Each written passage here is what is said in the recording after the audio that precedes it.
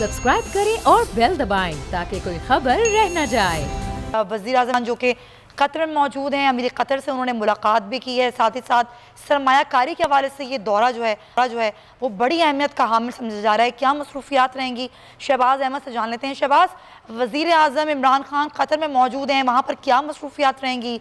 सरमायाकारी के हवाले से कौन कौन से मुआहदे पर दस्तखत होने के इम्कान हैं?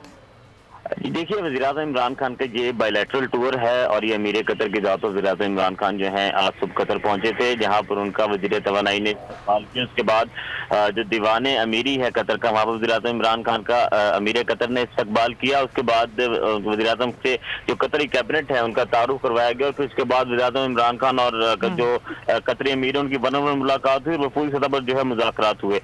इस दौरे का मकसद ये है कि पाकिस्तान और कतर के दरमियान मुख्तलिफ मुआहिदे होने हैं, खास तौर पर LNG तवानाई के शोबे और तजारती अमूर पर बातचीत होगी।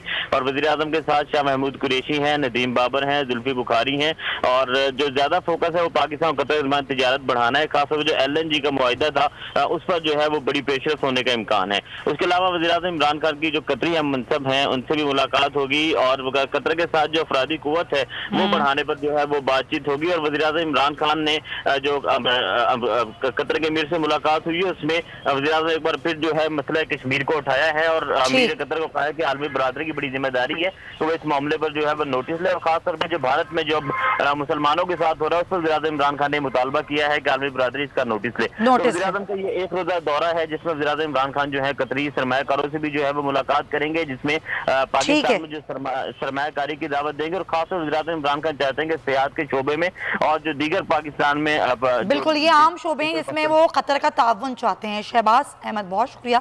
आरिफ साहब, ज़ाहिर अगर हम कश्मीर की बात करें या इंडिया में जो कुछ हो रहा है उसमें पाकिस्तान का जो मौक़िफ़ है, हम देख रहे हैं कि हमारे साथ कतर, चीन, मलेशिया खड़ा हुआ है। लेकिन वही बात जो आपने कही कि जब हम UN नेशन में जाते हैं उधर जाके अपना स्टांस जो है वो रखते हैं तो वो भी तो इतना भरपूर होना चाहिए कि पूरी दुनिया बात ना करे, एक्शन ले। तो ये जो दौरे हैं ये हमें कितना फ़ायदा दे सकते हैं?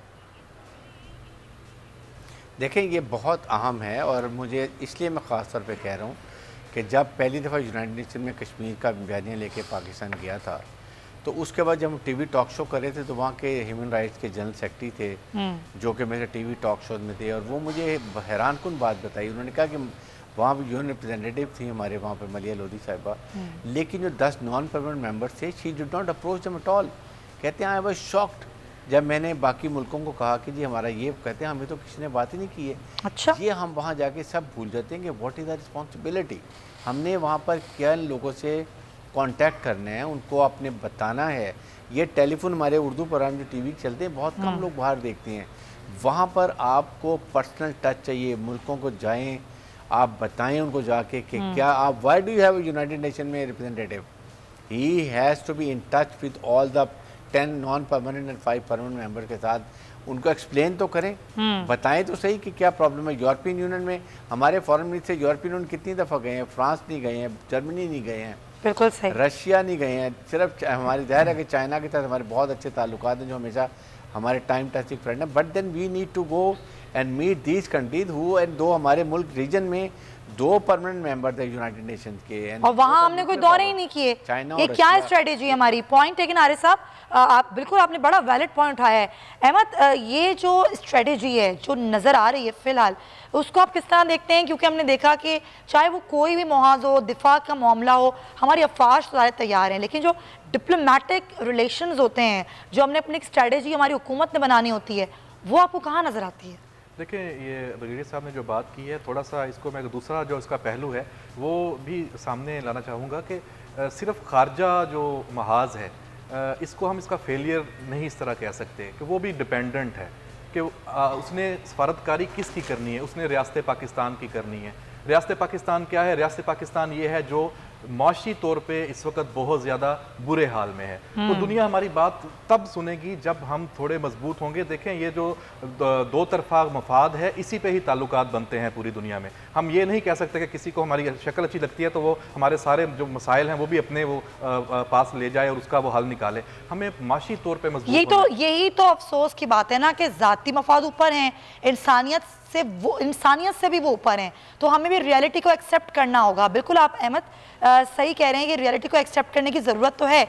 तो जो हमारी जो सिमत है वो आपको कैसी नज़र आती है फिलहाल? देखें, डिप्लोमेसी जो है वो दो तरह की पाकिस्तान में हमने देखी है माजी करीब में, ख़ासतौर पे जो मिलिट्री डिप्लोमेसी की बात आई है, जनरल बाजवा का जो किरदार सामने आया है उसमें तो बहुत सारी तब्दीली आई है। उसके नतायज ये देख लें कि आज पाकिस्तान में दुनिया के जो हुक्मरान हैं वो आ रहे हैं, पाकिस्तान के जो फ़ौजी सतह पे ताल्लुकात हैं वो भी इम्प्रूव हुए हैं, और जो माशी मैदान में अगर कुछ हमें बेहतरी नज़र आ रही है तो उसमें पसे पर्दा जनरल बाजवा की मिलिट्री डिप्लोमेसी का बिल्कुल किरदार है। वो क्रेडिट ओपनली लें ना लें वो अलग बात है, लेकिन हकीकत यही है कि वो सपोर्ट मौजूद है। अब हुकूमत की बात यह है कि हुकूमत का जो एक पोलिटिकल फेस है उसको यकीनन प्रोएक्टिव अप्रोच करनी चाहिए, मजीद अपने आप को प्रोग्रेसिव होना चाहिए। जैसे ब्रिगेडियर साहब ने बात की है उसमें कुछ फुकदान है, क्योंकि गवर्नेंस के इश्यूज हैं, हुकूमत की जो टीम है उसमें थोड़े बहुत तब्दीलियां जो मुसलसल होती आ रही हैं, अभी एक फाइनल स्टेज पे नहीं आई, पहले 1.5-2 साल में वो इश्यूज भी हैं। तो बहरहाल ये महाज हमें उसमें थोड़ी कमजोरियां हैं, लेकिन इसमें अच्छा पहलू ये है कि दिफा की हद तक हमने प्रूव कर दिया, और अब हमें सारी तवज्जो जो है वो मुआशी तौर पर रखनी है और दुनिया के साथ ताल्लुकात जो हमारे ख़त्म थे उसको आगे बढ़ाना है। तो हमारी अब तवज्जो जो है वो दिफा से तो और फॉरेन पॉलिसी को भी अपनी एक्टिव करना है, बिल्कुल मजीद एक्टिव करने की जरूरत है। पॉइंट टेकन अहमद, बहुत शुक्रिया आपका। हम ब्रेक लेंगे, लेकिन ज़रा बता दूं मैं आपको कि अब ना सिर्फ पाकिस्तान, ना सिर्फ दुनिया का कोई और मुल्क, बल्कि भारत के अंदर से आवाज़ें उठ रही हैं।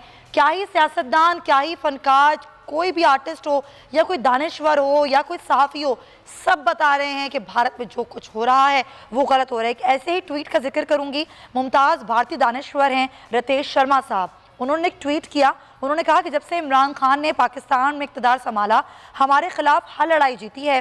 पाकिस्तान का सरप्राइज डे ट्रेंडिंग में है, जबकि हमारे सर शर्म से झुके हुए हैं। उन्होंने ट्वीट में कहा कि पाकिस्तान बेहतरीन सयाहती मुकाम में शामिल है और हमारे दारुल हुकूमत में कर्फ्यू लगा है। यह है हकीकत, ये वो हकीकत है जिससे भारत अपनी नजरें चुरा नहीं सकता। सब्सक्राइब करें और बेल दबाएं ताकि कोई खबर रह न जाए।